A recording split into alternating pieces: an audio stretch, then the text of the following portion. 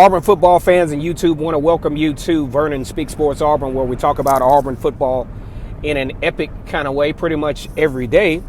Down in the deep south, college football is king, and on the plains of Auburn, the battle cry is War Eagle. Go ahead and like the video, comment, and subscribe to Vernon Speak Sports Auburn.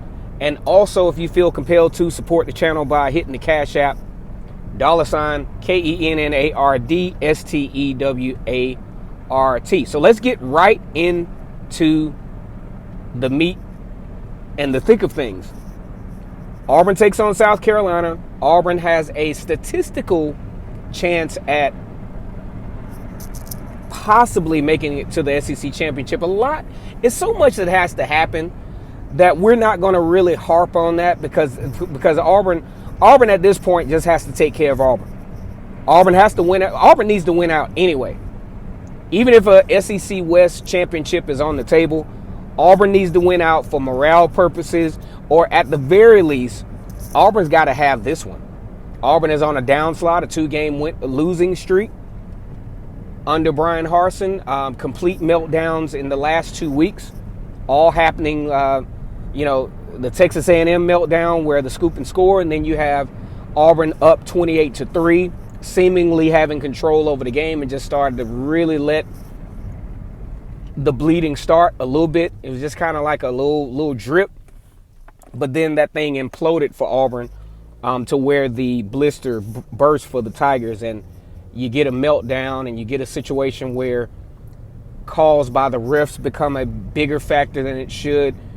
You get a situation where you have two of your major football players injured in that game, which leads to problems in the next. Then you get a targeting penalty for T.D. Moultrie, who's definitely going to miss the first half of the game against South Carolina. So Auburn's got a lot of internal things that need to be corrected this week.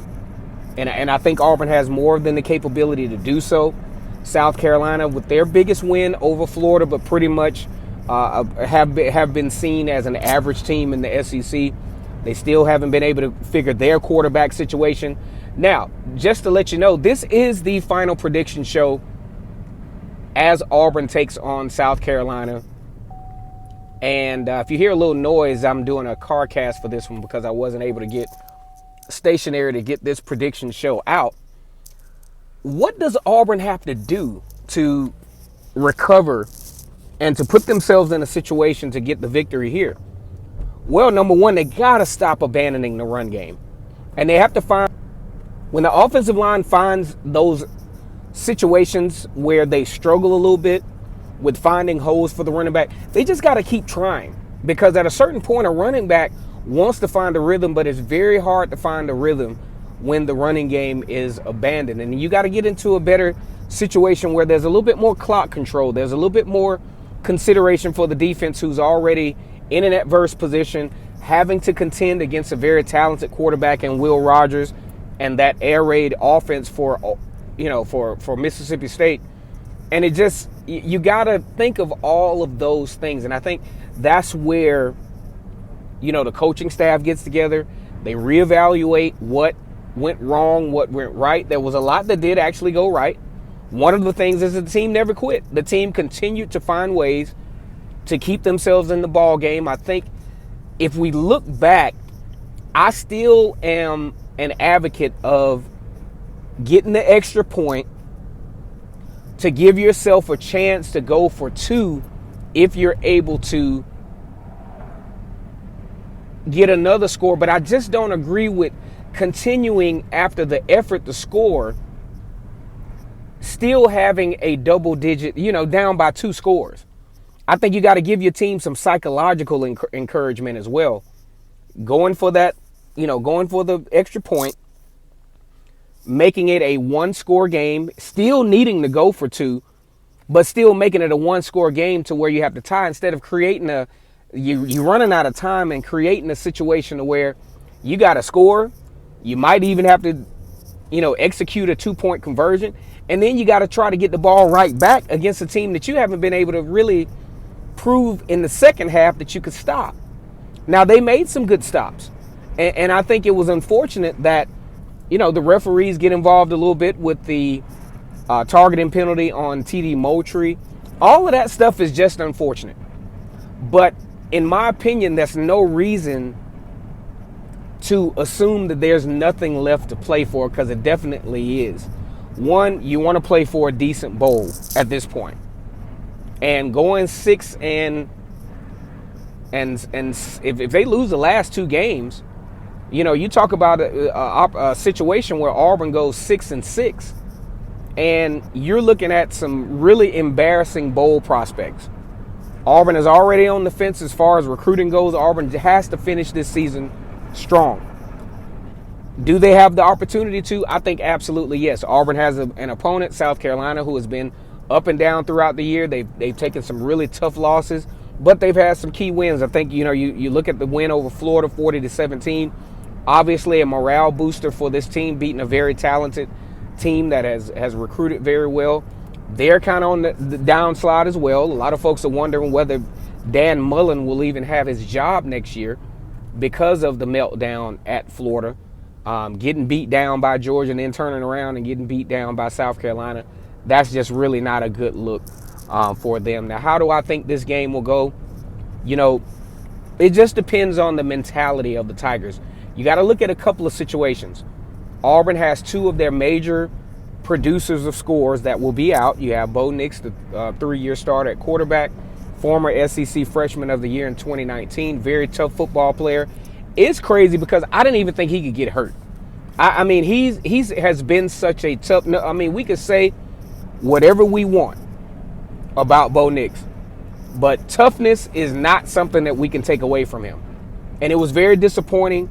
And considering the fact that my channel was predicated at the beginning on a lot of content with Bo Nix, it's just really a bitter situation to not be able to talk about him as far as from a production standpoint coming into this week. But you got the next man up, TJ Finley, the transfer out of LSU, who ironically made his first start at LSU against South Carolina in Death Valley, winning that game 52-24. It's going to be very interesting to see how TJ Finley not only responds, but really finds ways to execute with the wide receiver core. There's no doubt in his arm. There's no doubt in some portions of his abilities. There's going to be a situation, though, to where on video, you saw it when Auburn took on LSU and TJ Finley was the starting quarterback last year. You put a little pressure on him and he doesn't make good decisions in the pocket. Instead of getting rid of the football, he tries to stay, and he winds up creating a turnover. He put the ball on the ground last week against South Carolina. I think at the point that he came into the football game, the game was already in hand anyway. But any levels of heroics, it just wasn't going to happen. So I think South Carolina is going to definitely put pressure, definitely try to unrattle TJ Finley and get him in a position to where he puts the ball on the ground. And just like last year, that was the great equalizer in the Auburn versus South Carolina game last year, where Bo Nix had the 2 turnovers. I thought Auburn was the better team talent-wise. I think they're the better team talent-wise this year. Okay, so now South Carolina is going to, you know, definitely try to push the envelope to get some chunk plays on Auburn. Definitely try to get the running game going. They have some capable running backs. They also have spread the ball around pretty decently at the wide receiver position, but not enough to really make a huge amount of noise in the SEC East. They only average about 23 points per game. They give up about 24 points per game, so they give up more than they take in. I think this is a great opportunity for Auburn to regroup, get themselves back in the win column, because in this instance, 3 losses in a row is going to be very. I understand that Brian Harsin is a new head coach. 3 losses is not a good indication of a lot of things, and I think Brian Harsin and his coaching staff has to understand the urgency of getting the win over South Carolina for a lot of levels. And with that in mind, even with the sandstorm that South Carolina is going to output, Auburn is the better team.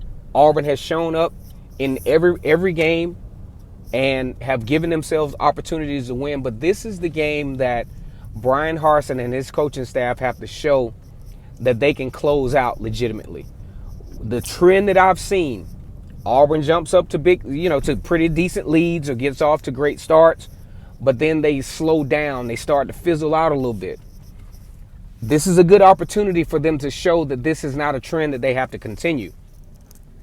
I got Auburn 31-20 in this game. I think this is a game that they're more than capable of winning. I think they have to lean a little bit more on their running game than they have in the past. Tank Bigsby has the opportunity to be the first 1,000-yard rusher since Kerryon Johnson.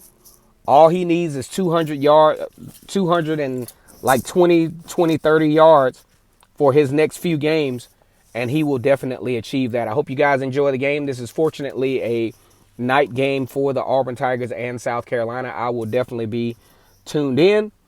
Like the video, comment, and subscribe to Vernon Speaks Sports Auburn. 31-20 is going to be your score, guys. And as always, it's great to be an Auburn Tiger.